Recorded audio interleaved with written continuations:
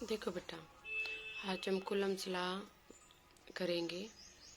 Coulomb's law performs several experiment force between charged body when the linear size of charged body are much smaller than distance separating them. The size may be ignored and the charged body may be related to point charge.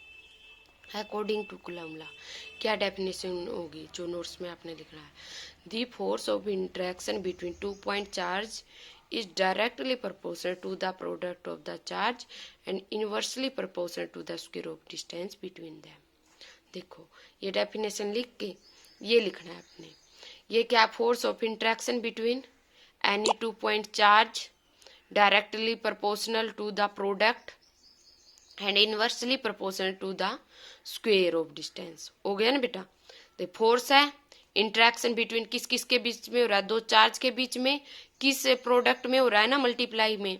और inversely proportional किसके है, square of distance के। जब directly proportional हम हटा देते हैं तो क्या आ जाता है हमारा के कांस्टेंट। के is a electrostatic force constant. The value of electric force constant K depend on the nature of medium separating the charge and on the system of unit। ये कोई खास नहीं है, ये बेसिक रहने दियो लिखने के लिए। नेचर बता रखा भी कैसे नेचर पर डिपेंड करता है। ऐसा यूनिट के इंटू क्या होते हैं 9 के इंटू 10⁹ न्यूटन मीटर का स्क्वायर पर कूलम। के इक्वल टू क्या होता है 1/4 एप्सिलॉन नोट। एप्सिलॉन नोट को हम क्या बोलते हैं, absolute electrical permittivity of the free space. Magnitude of force क्या रहेगा फिर हमारा, एफ इक्वल टू के की जगह हम वैल्यू रख देंगे Q1 Q2 बाई आर का स्क्वायर। ये होता है हमारा पूरा कूलम्स लॉ। यहाँ तक आया समझ में। बिल्कुल ध्यान से पहले डेफिनेशन लिखनी है, फिर ये लिखना है, फिर ये लिखना है, फिर के इज इलेक्ट्रिक फोर्स कांस्टेंट, के की वैल्यू लिखनी है, के की ये वैल्यू लिखनी है, ये ऐसा ही यूनिट है, ये के की वैल्यू लिखनी है, फिर ये नोट बताना क्या होता है इसमें, फिर क्या मैग्नीट्यूड ऑफ फोर्स बताना है। ठीक है बेटा। इसके बाद आते हम unit dimension and value of epsilon note. Epsilon note जब हम यहाँ से क्रॉस मल्टीप्लाई कर देंगे, एफ तो यहाँ आ जाएगा, एप्सिलॉन नोट उधर चला जाएगा, तो हमारी एप्सिलॉन नोट की वैल्यू क्या होगी 4πf Q1 Q2 by are का स्क्वायर। देखो आगे हमारी SI ऑफ यूनिट निकालनी है हमने। चार्ज की क्या होती है, कूलम्ब होती है। एप्सिलॉन नोट की 1/4 तो एक वैल्यू है। एफ की फोर्स की क्या होती है न्यूटन, चार्ज की क्या होती है कूलम, C इंटू सी हो गया। आर की क्या होती है मीटर का स्क्वायर, यानी कि C की मल्टीप्लाई की C का स्क्वायर हो गया, N को ऊपर लेके गए -1 हो गया, M स्क्वायर को ऊपर लेके गया -2 हो गया। डायमेंशन ऑफ एप्सिलॉन नोट निकालनी है। चार्ज क्या चार्ज है, चार्ज क्या होता है करंट इंटू टाइम। करंट की डायमेंशन क्या होते हैं एम्पायर, और ampere into time, ampere into time.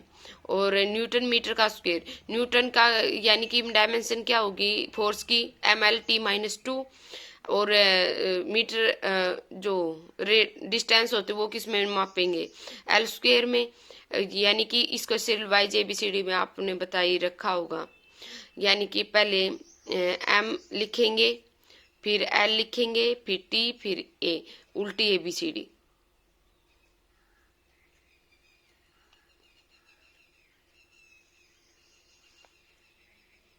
ठीक है बेटा। के इक्वल टू क्या 4π एप्सिलॉन नोट। एप्सिलॉन नोट निकालेंगे तो यहाँ से क्या हो गया 1/4 के। एप्सिलॉन नोट 4π की वैल्यू 3.14 और एप्सिलॉन नोट की वैल्यू क्या आएगी 8 इंटू 8.5। इसको सोल्व करने के बाद ये एप्सिलॉन नोट की वैल्यू आएगी। एप्सिलॉन नोट की यूनिट थी ऊपर, वो पीछे यूनिट लिख देंगे। Coulomb's law in vector form. अगर कूलम्स लॉ को हमें वेक्टर फॉर्म में शो करना पड़ जाए तो क्या करेंगे हम। देखो बेटा ये हम ऊपर ही पढ़ के आए हैं, F directly proportional Q1 Q2 by R square inversely proportional. F equal to Q1 Q2 by R square. K is electric force constant. It is better to write Coulomb in the vector form में कैसे लिखेंगे। देखो पहले तो ये figure समझो, XYZ plane है हमारे पास, ओ यहाँ से AOB दो R1 वेक्टर पोजीशन वेक्टर है, R2 वेक्टर पोजीशन हो जाएगा। चार्ज Q1 Q2 हो जाएंगे, इनको पॉइंट को नाम दे दिया A B। अब हमारा यानी कि चार्ज किस साइड आ रहा है हमारा, यानी कि यहाँ से अपना गया, यहाँ से जो फोर्स है Q1 पे प्लस है, Q2 पे प्लस है, तो दोनों एक दूसरे को रिपेल करेंगे, दूर दूर भेजेंगे एक दूसरे को।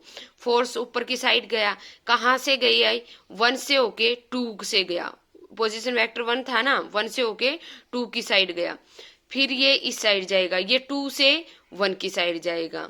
फिर ये हमारा यानी कि जो R1 पोजीशन वेक्टर था, जब R12 यानी कि इस साइड होगा तो R12 वेक्टर आएगा पोजीशन। अगर उस साइड भेजेंगे तो हमारा क्या आएगा, यहाँ पे लिख भी लेना कहीं कंफ्यूज हो जाओ, यहाँ पे आएगा R वेक्टर 2 1, यानी कि जब हमारा इस साइड आए तो R12 हो गया, अगर उस साइड जाएंगे तो R2 1 हो जाएगा, Q2 से Q1 की साइड जाएंगे। R1 देखो, R1 क्या है हमारा, OA है, OA वेक्टर है, देखो ध्यान से, ये हमें बहुत ध्यान से समझना फिगर। R1 पोजीशन वेक्टर है, जब चलो इसको समझाते समझाते सारा समझ में आ जाएगा आपको एक बार। R1 equal to OA vector है, पोजीशन वेक्टर में कहां से कहां तक जाएगा, यानी कि पोजीशन वेक्टर चार्ज क्या है इस पे, Q1 है ना।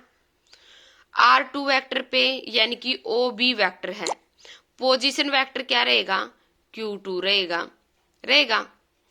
इसके बाद दी वेक्टर लीडिंग किस साइड करें, Q1 से Q2 की साइड, AB वेक्टर आ गया हमारा, Q1 से Q2 साइड, Q1 से Q2 साइड चले तो आप AB वेक्टर आया तो 1 पहले 2, R1 2 यानी R वेक्टर 1 2 आया ना, और इस R1 2 का मतलब होता है पीछे वाले में से आगे वाले को माइनस करना, R2 vector minus R1 vector. ये मैथ में भी काम आएगा आपके, ये मैथ में चैप्टर है उसमें काम आएंगी ये चीजें। R1 2 वेक्टर है तो उसको यानी कि माइनस में कैसे शो करेंगे, R2 माइनस R1 वेक्टर, एक इक्वेशन होगी। फिर लीडिंग कैसे करेगा, Q2 से Q1 की साइड, BA वेक्टर है तो 2 पहले आया ना, 1 बाद में आया, R21 वेक्टर हो गया बेटा हमारा, R21 वेक्टर, तो R1 vector minus R2 vector हो गया, एक इक्वेशन ये होगी।